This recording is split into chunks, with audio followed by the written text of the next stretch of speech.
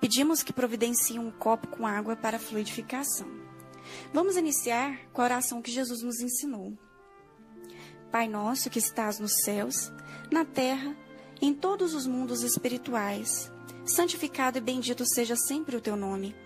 Mesmo quando a dor e a desilusão ferirem nosso coração, bendito sejas. O pão nosso de cada dia dá-nos hoje, Pai. Dá-nos o pão que revigora as forças físicas, mas dá-nos também o pão para o espírito. Perdoa as nossas dívidas, mas ensina-nos antes a merecer o teu perdão, perdoando aqueles que tripudiam sobre nossas dores, espezinham nossos corações e destroem nossas ilusões. Que possamos perdoá-los, não com os lábios, e sim com o coração. Afasta do nosso caminho todo sentimento contrário à caridade. Que este Pai Nosso seja dadivoso para todos aqueles que sofrem, com espíritos encarnados e também com os desencarnados. Que tuas bênçãos, Pai, alcancem os cárceres, os hospícios, os hospitais. Que tua luz também abrace todos aqueles que neste momento transpõem o pórtico da vida terrena para a espiritual. Que teu amor vá até os que sofrem a fome, até aqueles que, a exemplo dos policiais, dos bombeiros, dos mineiros, são obrigados em suas atividades diárias a encarar o perigo para bem servirem. Que tua sabedoria toque os dirigentes das nações para que evitem a guerra e cultivem a paz. Tem piedade dos órfãos e das viúvas, e também daqueles, Pai, que até esta hora não tiveram sequer um pedaço de pão, dando-lhes apoio e fé. Tem, Pai, compaixão dos navegadores dos ares e dos mares. Tem piedade da mulher que abre agora os olhos do ser à vida. Que a paz e a harmonia do bem fiquem entre nós e estejam com todos. Assim seja. A leitura de hoje se encontra no capítulo 21, item 1 do Evangelho segundo o Espiritismo. Diz o seguinte: conhece-se a árvore por seu fruto. A árvore que produz maus frutos não é boa, e a árvore que produz bons frutos não é má. Porquanto cada árvore se conhece pelo seu próprio fruto. Não se colhem figos nos espinheiros, nem cachos de uvas nas sarças. O homem de bem tira boas coisas do bom tesouro do seu coração, e o mal tira as más do mau tesouro do seu coração, porquanto a boca fala do que está cheio o coração. Inicialmente, vamos fazer a observação de que, nesse contexto aqui, Jesus estava falando aos seus discípulos, ou seja, aqueles que haviam decidido abraçar a carreira cristã. E o mestre, nessa ocasião, mostrou aos seus ouvintes que o verdadeiro cristão seria conhecido pelos seus frutos, ou seja, pelo resultado de suas ações. Então, a nossa reflexão de hoje vai abarcar 3 aspectos principais. O primeiro é relativo a esse fruto, ou a esses frutos que o cristão deve produzir. Segundo, é sobre o homem de bem, né? Esse homem de bem que Jesus mencionou aqui nessa passagem. E o terceiro aspecto é justamente o que significa a expressão que Jesus falou: a boca fala do que está cheio o coração. Então, iniciando essa análise sobre os frutos cristãos, nós precisamos lembrar, acima de qualquer coisa, que para produzirmos qualquer fruto que se diga cristão, é imprescindível que estejamos em união com Jesus. E isso o próprio mestre deixa claro lá no Evangelho de João, capítulo 15, versículos do 1 ao 10. Ele diz o seguinte: eu sou a verdadeira videira, e meu pai é o agricultor. Permanecei em união comigo, e eu permanecerei em união convosco. Como não pode o ramo produzir fruto de si mesmo, se não permanecer na videira, assim vós não podeis produzir fruto se não permanecerdes em mim. Eu sou a videira, vós os ramos. Quem permanece em união comigo e eu com ele, este dá muito fruto, porque sem mim nada podeis fazer. Nisto é glorificado meu Pai, em que deis muito fruto, e assim vos tornareis meus discípulos. Como o Pai me amou, também eu vos vos amei. Permanecei no meu amor. Se guardardes os meus mandamentos, vós permanecereis no meu amor. Então, nessa passagem, Jesus deixa claro que estar em união com ele é um pressuposto indispensável para que nós possamos produzir bons frutos. E a partir daí nós podemos nos perguntar, e como que nós podemos estar em união com Jesus? Isso o próprio mestre nos responde ali no versículo 9, quando ele diz, permanecei no meu amor. E então surge outra pergunta, como é que podemos permanecer no amor de Jesus? A resposta vem no versículo 10, quando ele nos diz, se guardardes os meus mandamentos, permanecereis no meu amor. O raciocínio básico, portanto, que Jesus esboça nessa passagem do Evangelho é a seguinte, todo aquele que quer ser cristão deve primeiramente guardar os mandamentos de Jesus. Porque dessa maneira, praticando esses mandamentos, é que a pessoa estará em conexão com Cristo e essa é a condição básica para que todos nós possamos produzir fruto, né? Então, uma coisa leva a outra. E aí um novo questionamento surge. Tudo bem, precisamos seguir esses mandamentos do Cristo para estarmos em conexão com Ele e a partir daí produzirmos fruto. Mas quais são esses mandamentos? Ora, nós já sabemos que o principal mandamento deixado por Jesus é o do amor. É o amor ao nosso próximo, aos nossos irmãos. E isso é destacado, sem dúvida alguma, em várias passagens dos evangelhos. Por exemplo, no Evangelho de João, capítulo 15, versículo 12, Jesus nos diz, este é o meu mandamento, amai-vos uns aos outros como eu vos amei. E logo à frente, no versículo 17, Cristo ressalta, de novo, isto vos mando, amai-vos uns aos outros. Também ali no Evangelho de João, capítulo 13, versículo 34, Jesus nos fala o seguinte, dou-vos um novo mandamento, que vos ameis uns aos outros como eu vos amei. E logo em seguida, no versículo 35, o nosso mestre ressalta o seguinte, nisto reconhecerão todos que sois meus discípulos, se tiverdes amor uns pelos outros. Então, nós podemos observar que esse versículo 35 é extremamente enfático e claro para nós. Ou seja, aqui Jesus está nos mostrando qual é a característica que diferencia os verdadeiros cristãos, que é o amor. E é bom lembrar que desse fruto principal, que é o amor e a caridade, derivam vários outros. Nesse sentido, nós podemos relembrar as palavras do apóstolo Paulo em sua carta aos Gálatas, capítulo 5. Ele nos diz o seguinte, mas o fruto do Espírito é amor, alegria, paz, longanimidade, benignidade, bondade, fidelidade, mansidão, autodomínio.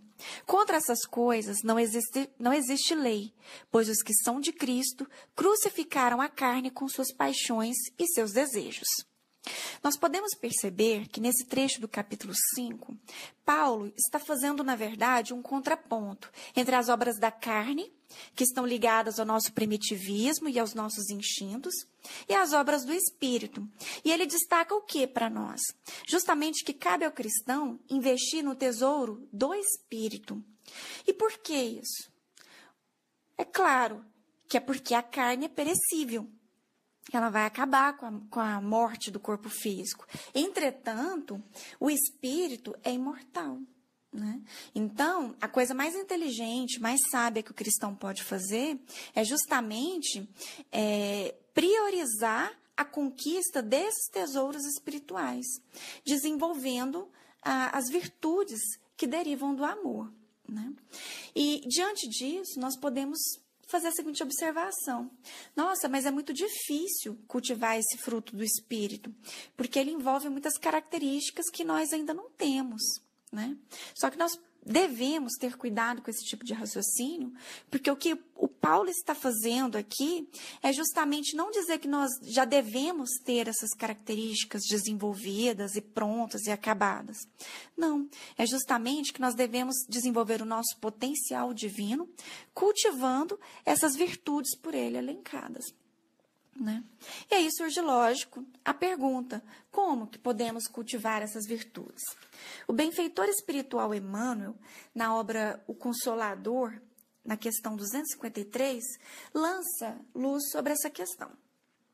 A pergunta é a seguinte: a virtude é concessão de Deus ou é aquisição da criatura?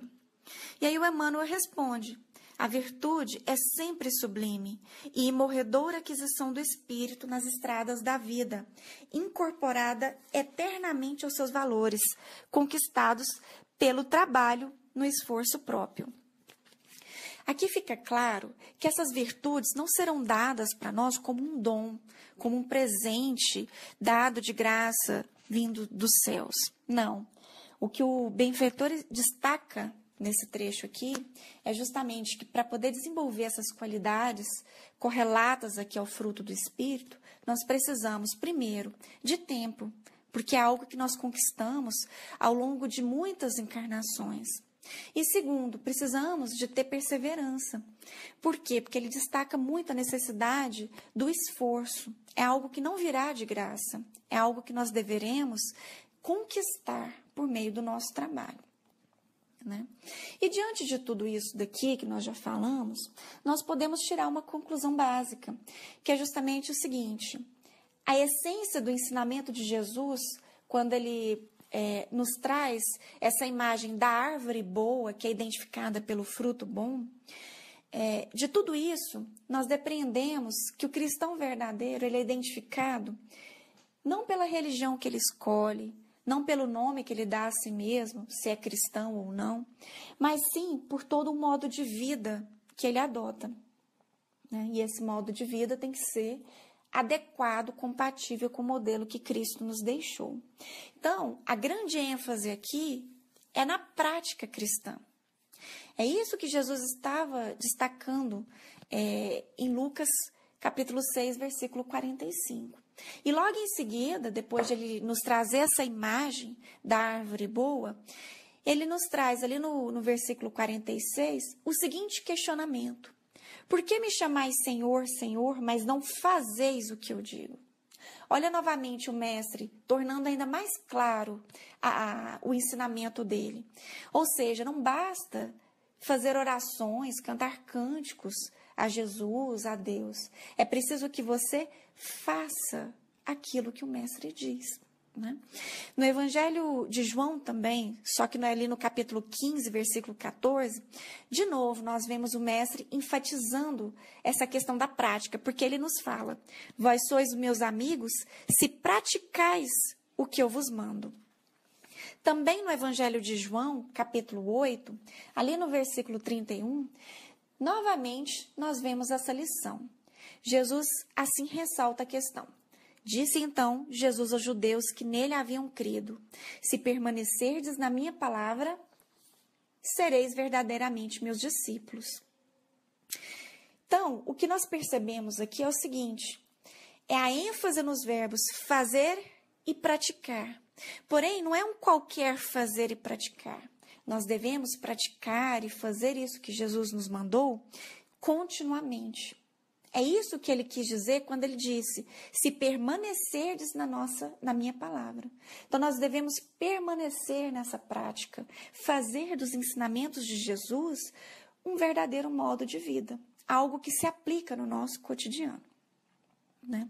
E nesse sentido, fica óbvio que o verdadeiro cristão ele não é reconhecido por ser um grande demagogo ou por arrebatar multidões. Emmanuel, no livro Fonte Viva, ele explica essa questão e nos mostra que há 3 tipos de pessoas ditas cristãs. O primeiro tipo é dos sacerdotes e pregadores, que são aqueles que nos impressionam pela fala. Eles falam muito bem, encantam as pessoas. O segundo tipo são dos escritores e intelectuais, que são aqueles que, por sua inteligência, conseguem escrever muito bem, arrebatando multidões por meio do raciocínio bem exposto ali, na sua escrita, na sua palavra escrita. E o terceiro tipo seria justamente o verdadeiro discípulo de Jesus, e Emmanuel assim o descreve. Existe, no entanto, nos trabalhadores da Boa Nova, um tipo de cooperador diferente. É aquele que louva o Senhor com pensamentos, palavras e atos a cada dia. Distribui o tesouro do bem, por intermédio do verbo consolador, sempre que possível. Ultrapassa, porém, toda pregação falada ou escrita, agindo incessantemente na sementeira do bem, em obras de sacrifício próprio e de amor puro, nos moldes de ação que o Cristo nos legou. Semelhante companheiro é conhecido por verdadeiro discípulo do Senhor. Olha só a observação. Por muito amar. Então, o que Emmanuel quer dizer nesse ponto aqui? Porque ele menciona que os 3 tipos elencados são colaboradores do bem. Entretanto, o único que é identificado realmente como sendo discípulo de Jesus é aquele que muito ama. Né? Porque o primeiro e o segundo tipo se limita a falar e a escrever sobre o Evangelho, sobre a palavra do bem. Entretanto, o terceiro, além de escrever e falar, ele faz. Ele faz aquilo que Cristo nos disse, fazer e praticar continuamente, permanecendo na palavra. Portanto, meus irmãos, o que essa lição nos diz? Não é errado falar, escrever, divulgar o Evangelho. Entretanto, o verdadeiro cristão precisa fazer algo mais. Precisa praticar. E nesse sentido, Emmanuel, no livro Esperança, ele nos traz um alerta. Ele fala que através de numerosas reencarnações nós temos sido cristãos sem Cristo. Notem só essa contradição absurda. Como é que é possível, né? Ser cristão sem Cristo? É justamente o hipócrita, né? É aquele que se autodenomina cristão, porém sem trazer Cristo para o seu cotidiano. E aí, justamente, nos incentivando a modificar, a corrigir essa situação, Emmanuel fala, reverencie o Divino Mestre com todas as forças da alma. Entretanto, não menosprezes honrá-lo na pessoa dos seus semelhantes. Então, podemos sim falar, escrever sobre Jesus, escrever sobre o Evangelho, mas principalmente devemos praticar esse mandamento, esse Evangelho, o que significa basicamente amar os nossos semelhantes. Né? E um exemplo, né, apenas para nós exemplificarmos o que seria ser esse cristão sem Cristo, que é algo que nós já fizemos muito no passado e, infelizmente, muitas vezes nos deparamos fazendo ainda hoje. É aquilo, por exemplo, que a gente às vezes observa. Adianta, meus irmãos, fazer caridade com idosos em algum asilo, se nós não damos conta de ter um bom relacionamento, às vezes com os nossos próprios pais, os nossos avós que já estão em idade avançada? Adianta usar palavras gentis dentro da casa de oração, falando, a paz de Jesus esteja com você, meu irmão, né? Ou então ser gentil com as pessoas do nosso trabalho, só que em casa, nos nossos lares, nós só temos ignorância e irritação no trato com o nosso cônjuge, o nosso filho. Adianta isso? Adianta ser polido com os ditos irmãos na fé, se no trânsito aquilo que a gente libera é só uma animalidade, às vezes que nem a gente entende? Então, o que Emmanuel destaca para nós é justamente o quê? Vamos ser cristãos com Cristo. Vamos diminuir esse espaço que existe entre o conhecimento que a gente adquiriu e a nossa prática. Vamos trazer Jesus para o nosso dia a dia, né? Então, vamos aplicar tudo isso que a gente já sabe que tem que fazer. E esse mesmo benfeitor, ali no livro Fonte Viva, ressalta o seguinte: quem, de algum modo, não se empenha a benefício dos companheiros, apenas conhece as lições do alto nos círculos da palavra. Aquele que ensina e exemplifica, aprendendo a sacrificar-se pelo erguimento de todos, este é a árvore robusta do eterno bem, manifestando o Senhor no solo rico da verdadeira fraternidade. Ou seja, mais uma vez, vem esse benfeitor nos mostrando que para nós sermos aquela árvore boa, que produz o fruto excelente do amor, nós precisamos praticar o Evangelho, vivenciando a verdadeira fraternidade. Bem, meus irmãos, essas daqui foram as considerações sobre aquele primeiro aspecto relativo ao fruto bom e à árvore boa. Agora vamos passar ao segundo aspecto relativo ao homem de bem, Quem é esse homem de bem? Jesus nos mostra que é aquele que tira coisas boas do bom tesouro do seu coração. Ou seja, esse homem de bem é aquele que realmente pratica o evangelho, é aquele que produz o excelente fruto do amor e da caridade. É aquele que, como Paulo nos mostrou e que nós lemos há pouco, investiu nos tesouros do Espírito, naquele tesouro que é imortal, que é baseado nas virtudes que decorrem da caridade. Mas como fazer isso na prática, né? Kardec, tentando nos auxiliar a fazer essa reflexão, ele traça ali no Evangelho segundo o Espiritismo, no capítulo 17, item 3, as características básicas que seriam desse homem de bem. Ele menciona várias qualidades, como amor, a caridade, a fé. Entretanto, nós vamos destacar aqui uma dessas características, que é justamente a análise diária. Notem só o que Kardec destaca. Ele diz: o verdadeiro homem de bem estuda suas próprias imperfeições e trabalha incessantemente em combatê-las. Todos os esforços emprega para poder dizer, no dia seguinte, que alguma coisa traz em si de melhor do que na véspera. Então, o que o codificador quis dizer nesse momento aqui? É justamente que nós devemos aplicar aquela lição de Jesus sobre a árvore boa, os frutos bons, primeiramente e principalmente a nós mesmos. Nós devemos fazer uma autoanálise sincera e perguntar: que tipo de árvore que eu tenho sido? Qual que é o tipo de fruto que eu tenho produzido? O que eu posso melhorar? Aqui, nós precisamos entender que Kardec não estava dizendo que o verdadeiro homem de bem é um homem perfeito, porque ele menciona aqui que esse homem tem imperfeições, né? Então, essa pessoa de bem, sendo homem ou mulher, é aquele que, na verdade, tem um compromisso com a auto-melhora. É aquele que está prestando atenção a si mesmo para poder melhorar paulatinamente, dia após dia, com esforço sincero, a qualidade dos frutos que está aí produzindo, né?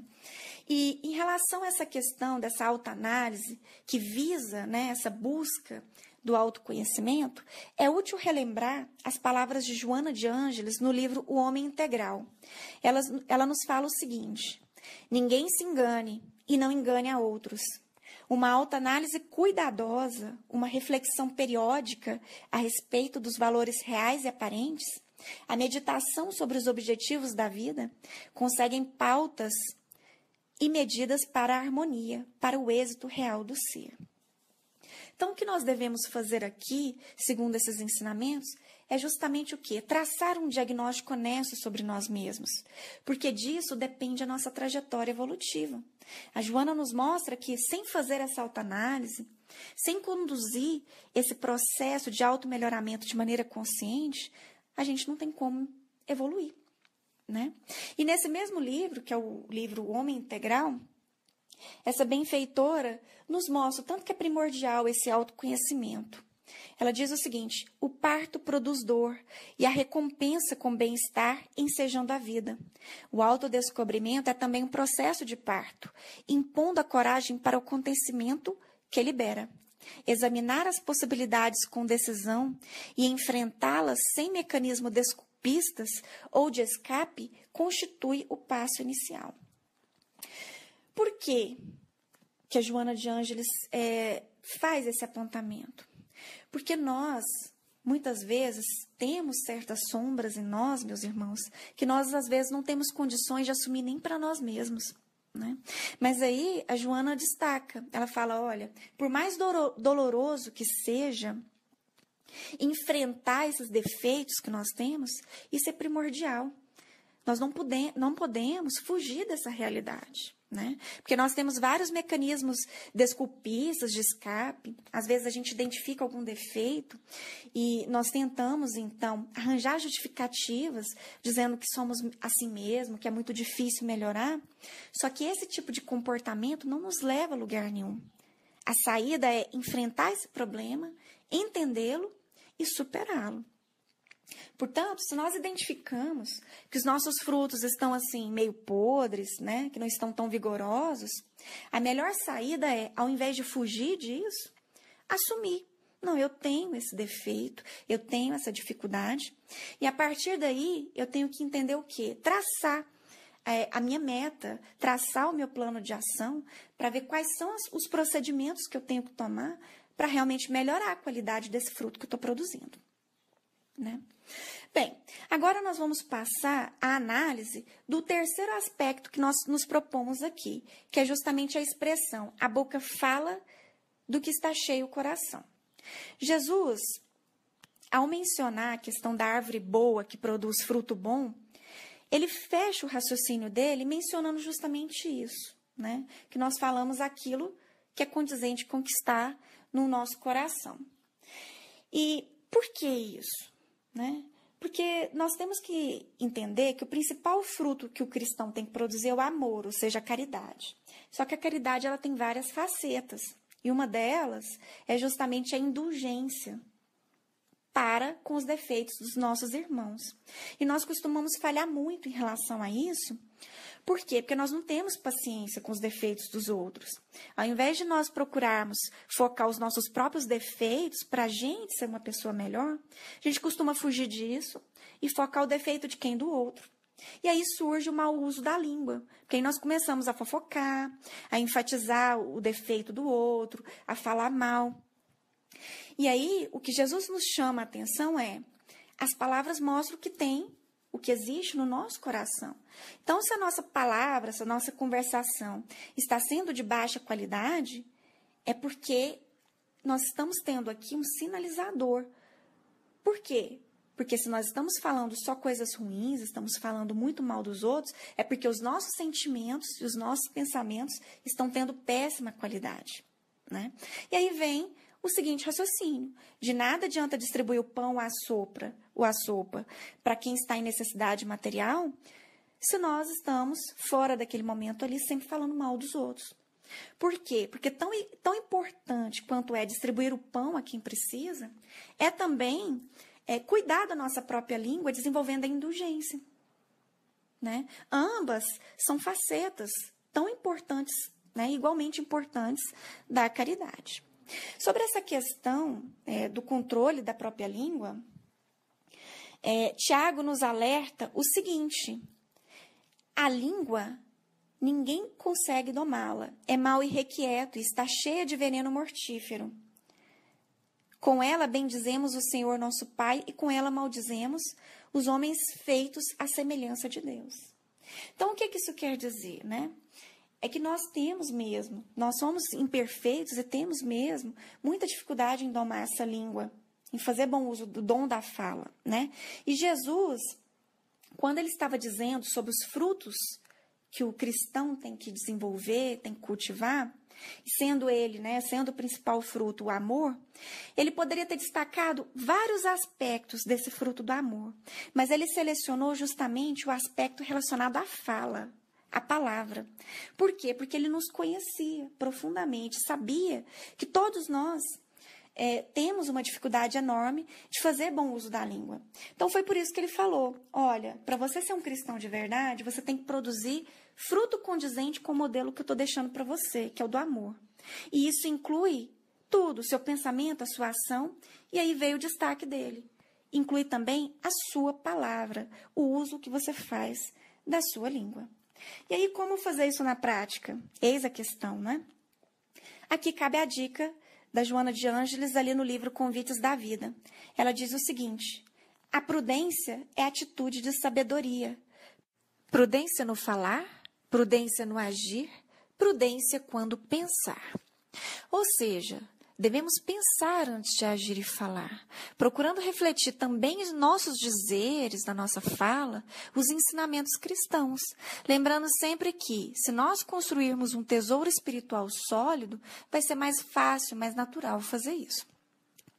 Bem, minhas companheiras, meus companheiros de estudo, nós finalizamos aqui as nossas reflexões de hoje sobre a leitura do texto de Lucas, né, capítulo 6, versículos 43 a 45. Que nós possamos, durante essa semana, meditar no que foi dito, fazendo uma autorreflexão sincera, procurando trazer Jesus para o nosso cotidiano e pensar sobre qual tipo de árvore, isto é, de pessoa que nós temos sido, qual o tipo de tesouro que nós temos edificado e o que nós podemos fazer para melhorarmos a qualidade dos frutos que nós estamos produzindo aí a todo instante. Vamos passar agora às vibrações e à fluidificação.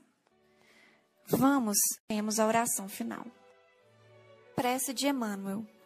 Senhor, ensina-nos a orar sem esquecer o trabalho, a dar sem olhar a quem, a servir sem perguntar até quando, a sofrer sem magoar seja a quem for, a progredir sem perder a simplicidade, a semear o bem sem pensar nos resultados, a desculpar sem condições, a marchar para frente sem contar os obstáculos, a ver sem malícia, a escutar sem corromper os assuntos, a falar sem ferir, a compreender o próximo sem exigir entendimento, a respeitar os semelhantes sem reclamar consideração, a dar o melhor de nós, além da execução do próprio dever, mas sem cobrar taxas de reconhecimento. Senhor, fortalece em nós a paciência para com as dificuldades dos outros, assim como precisamos da paciência dos outros para com as nossas próprias dificuldades. Ajuda-nos para que a ninguém façamos aquilo que não desejamos para nós.